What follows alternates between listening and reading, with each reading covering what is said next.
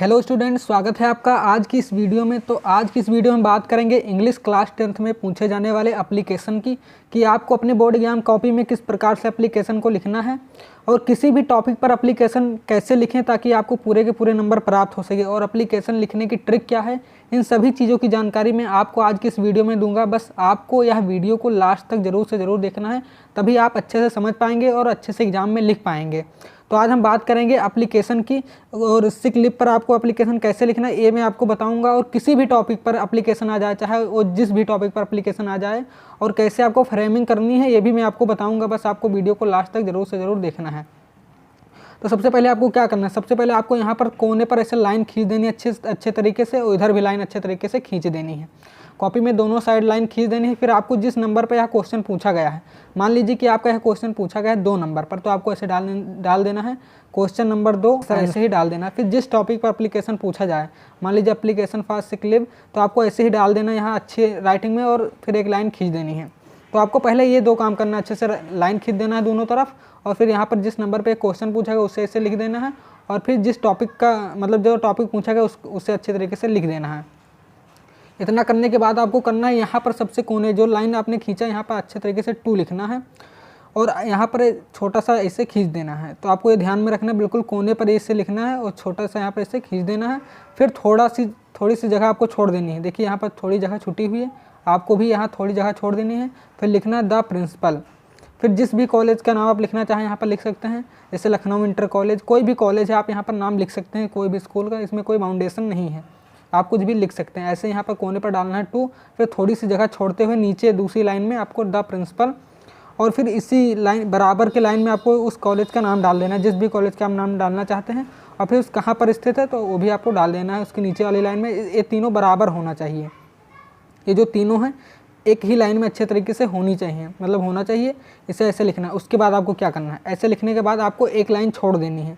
देखिए मैंने भी छोड़ दिया, आपको भी ऐसे ही वहाँ एग्जाम में छोड़ देनी है, एक लाइन को पूरी के पूरी अच्छे तरीके से छोड़ देनी है। फिर आपको लिखना है सर। देखिए यहाँ पर सर लिख दिए, फिर यहाँ पर कॉमा खींच दीजिए, नीचे से अच्छे से कॉमा खींच दीजिए, बिल्कुल इसे सटा हुआ जो 2 हमारा लिखा है बिल्कुल इसके बराबर ही आपको लिखना है। यही सब एप्लीकेशन के रूल होते हैं, आपको इसी के बराबर में अच्छे तरीके से यहाँ पर लिखना है। फिर कॉमा को खींच देना है, फिर थोड़ी सी जगह छोड़ते हुए नीचे वाली लाइन में आपको लिखना है मोस्ट रिस्पेक्टफुली, ऐसे ही आपको लिख देना। फिर यहाँ पर भी कॉमा लगा देना है, ये ध्यान रखना है आपको। I beg to say, most respectfully I beg to say, मैं अत्यंत आदरपूर्ण मतलब आदरपूर्वक कहना चाहता हूँ। फिर आपको बताना है दैट। देखिए फिर आपको ये लाइन लिखने के बाद आपको जो दैट लिखना है बिल्कुल इसी के साइज बिल्कुल बराबर में लिखना है दूसरी लाइन में। That I have been suffering from fever since last night, मैं अत्यंत आदरपूर्वक कहना चाहता हूँ कि मैं कल रात से बुखार से पीड़ित हूँ। आपको बताना है I have been suffering from fever since last night, ऐसे ही आपको बता देना है। फिर आपको आगे बताना है so I could not sleep the whole night, जिस कारण मैं पूरी रात सो नहीं पाया है, आपको इसे बता देना है।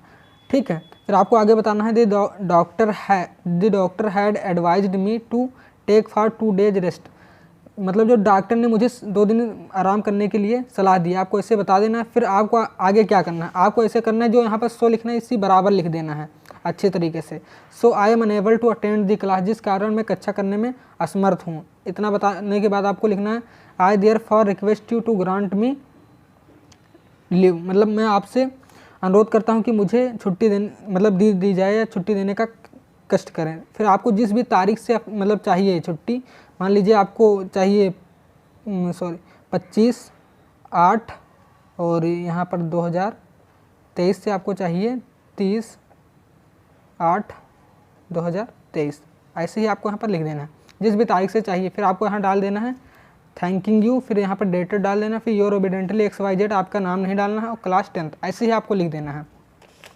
देखिए आपको जो यहाँ पर ये लिखा हुआ है, इतना जो हमारा पोर्शन है, to the principal Lucknow inter college, sir I most respectfully I beg to say that, यो यहाँ तक इतना जो है हमारा। फिर यहाँ पर नीचे आप चले जाइए, so I am unable to attend the class, I therefore request you to grant me leave from इतना इतना इतना।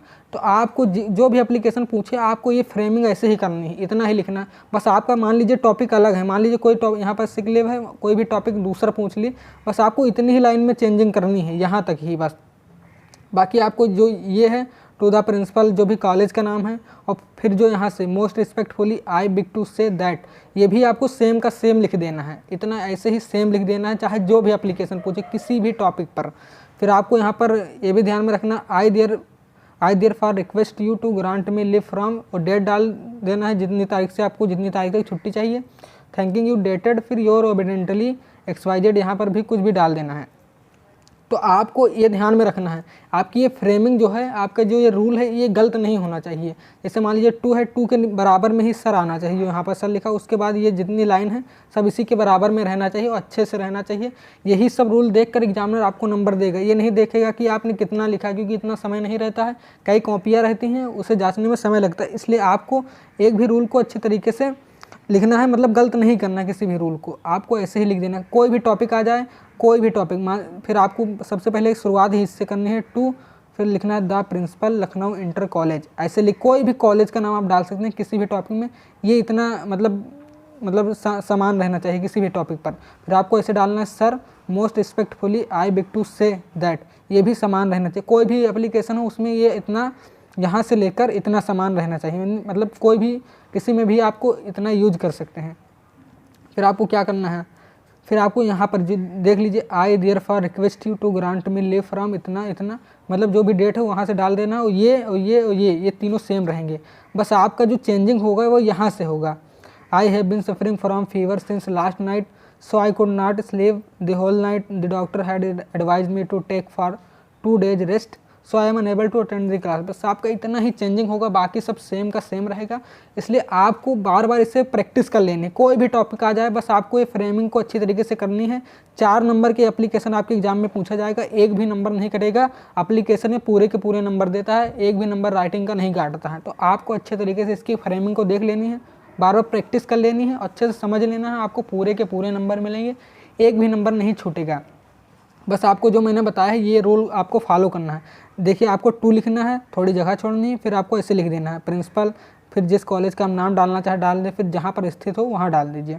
आप सब्जेक्ट लिखना चाहते हैं तो यहाँ पर सब्जेक्ट भी लिख सकते हैं, सब्जेक्ट ऐसे डालकर फिर जो यहाँ पर लिखा हुआ है ऐसे यहाँ पर लिख देना है, एप्लीकेशन फॉर सिक लीव।